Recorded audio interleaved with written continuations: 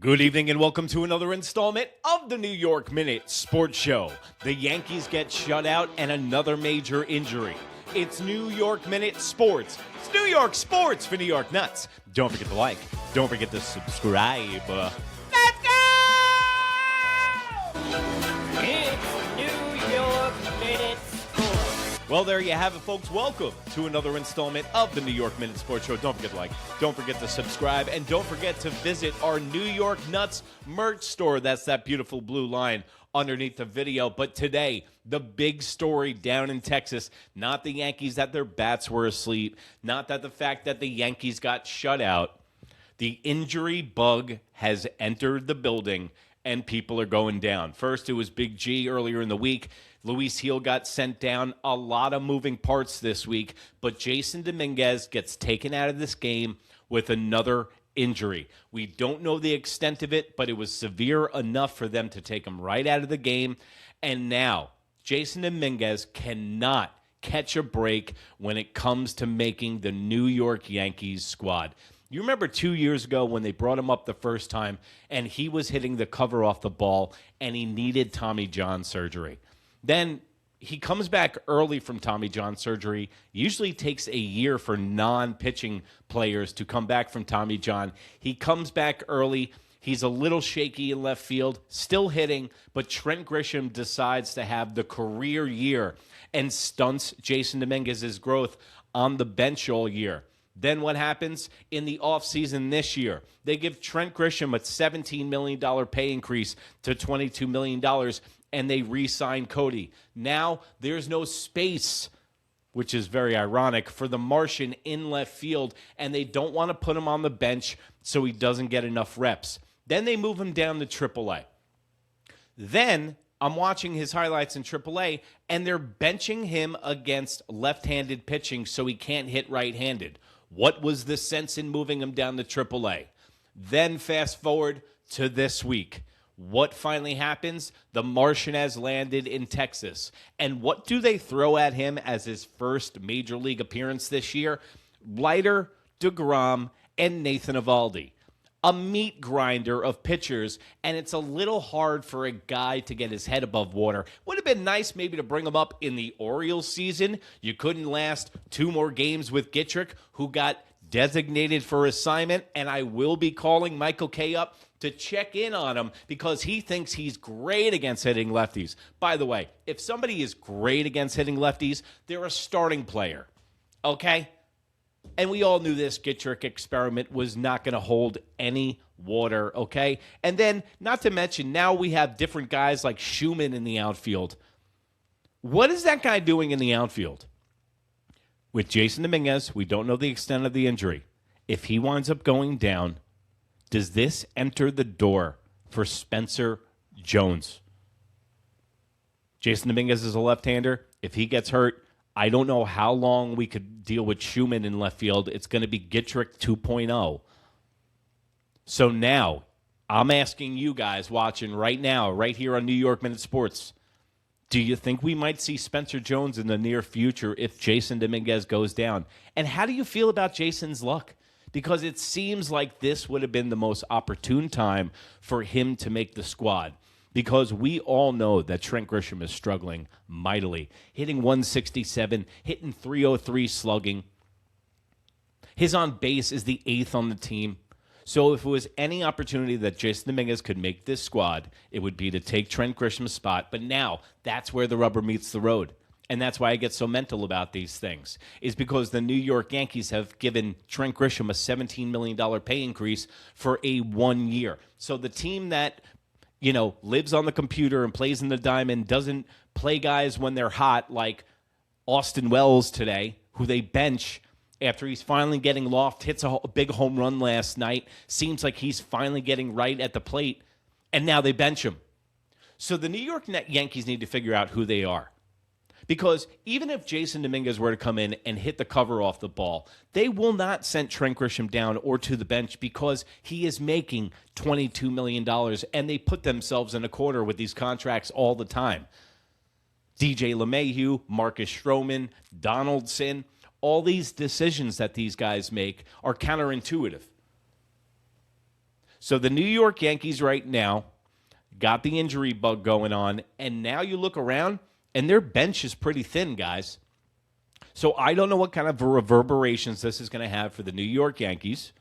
And today, Nathan Eovaldi came in and does what Nathan Eovaldi does against the New York Yankees. Absolutely dominate. The New York Yankees know what this guy's going to throw. He's going to throw a split-finger fastball, and they still can't hit it. Ever since the New York Yankees let him get away, he's the one that got away. Whoa! He's the one that got away.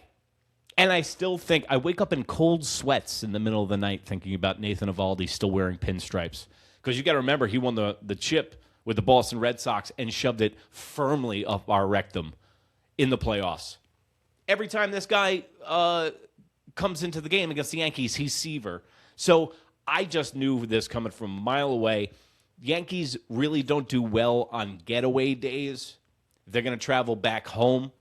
But the big story today, and I know a lot of Yankee fans were really, really excited to see Elmer Rodriguez-Cruz debut today. And I think you should go home being happy and satisfied from what you saw from him today. First of all, it's a huge jump from AAA to the major leagues. This is his first debut in the majors this year, and it was kind of like a last-minute thing. The New York Yankees abruptly sent Luis Heel down, and Elmer's coach came up to him and was like, yo, we're sending you up to the bigs. So this start could have been nerves, but if you look at his numbers, I'm okay with that. The big things that I took away from him is that he reminds me of Seth Lugo and Chang Ming Wang. He's going to be a ground ball pitcher, and the greatest thing is he doesn't need to be an ace. He could be a fourth or fifth starter. I mean, I think right now, like projecting him, he's a third starter in a rotation, which is solid, which is great, because he throws the split finger, he's got a great sweeper, and he can get that fastball up to 96 miles an hour. I heard that it was only 94, but today he ramped it up to 96. Maybe that's why another reason Austin Wells was benched and Escara was catching Elmer Rodriguez-Cruz, because he's a lot more familiar with him. But one of the things that you got to look at for young pitchers, especially in the beginning of their career, is how they handle the lineup the third time around, and also how they handle adversity. Now, in the second inning, Elmer Rodriguez-Cruz got himself in a lot of trouble. He had 2 outs, then got the bases loaded, so he was laboring a little bit in the second inning. He got the line drive out, and he got out of the jam. Listen, the Texas Rangers are a good hitting team. They might strike out a lot, but they swing for the fences, and the amount of runs, that's what you have to look at. If you only give up 2 runs and you give the Yankees 4 or 5 innings, because they were going to platoon this game today with Yarborough and Blackburn. So you get to see what one of your young guys has. You get to see him, bring him up to the major league level, and get his chops wet against some major league hitting.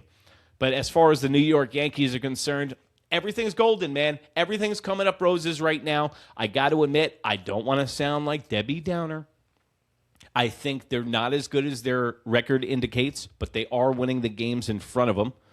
I mean, that road trip right there is exquisite. You know, and they improved to 20-10 overall. They got a 6.670 winning percentage. Ben Rice has completely torn it up. This is in the last 12 to 14 games. He's hitting .309 with 1,100 OPS. You got power all over the place. Aaron Judge is getting out of his mind production.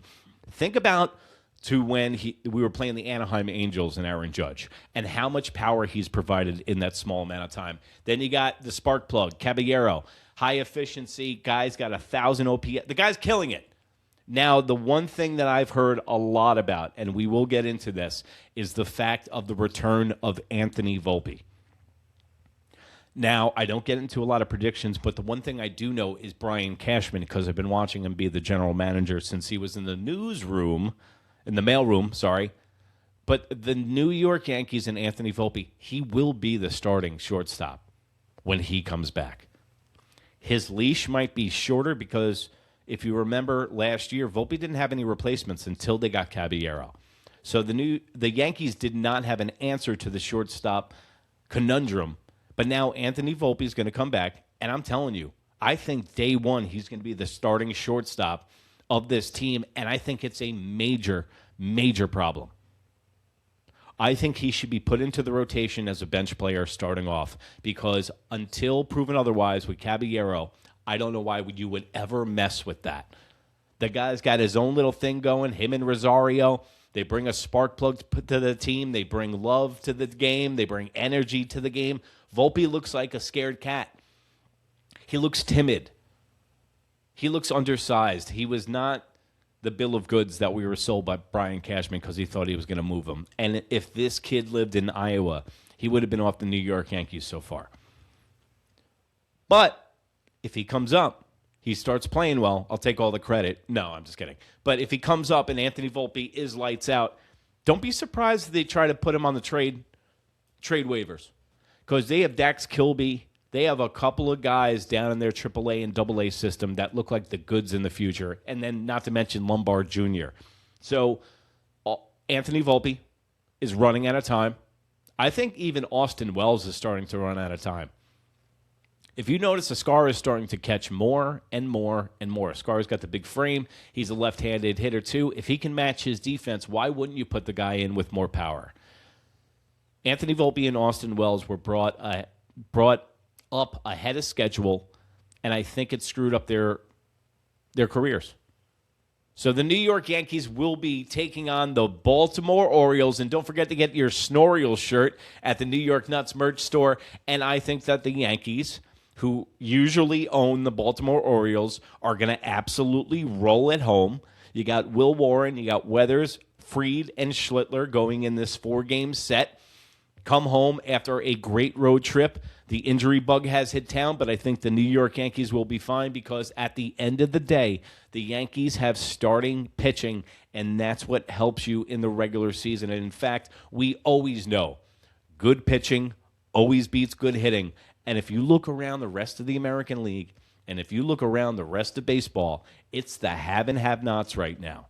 If you lose 2 games in the Central, in the AL Central, you're in last place. If you lose 2 games in the NL Central, you're in last place.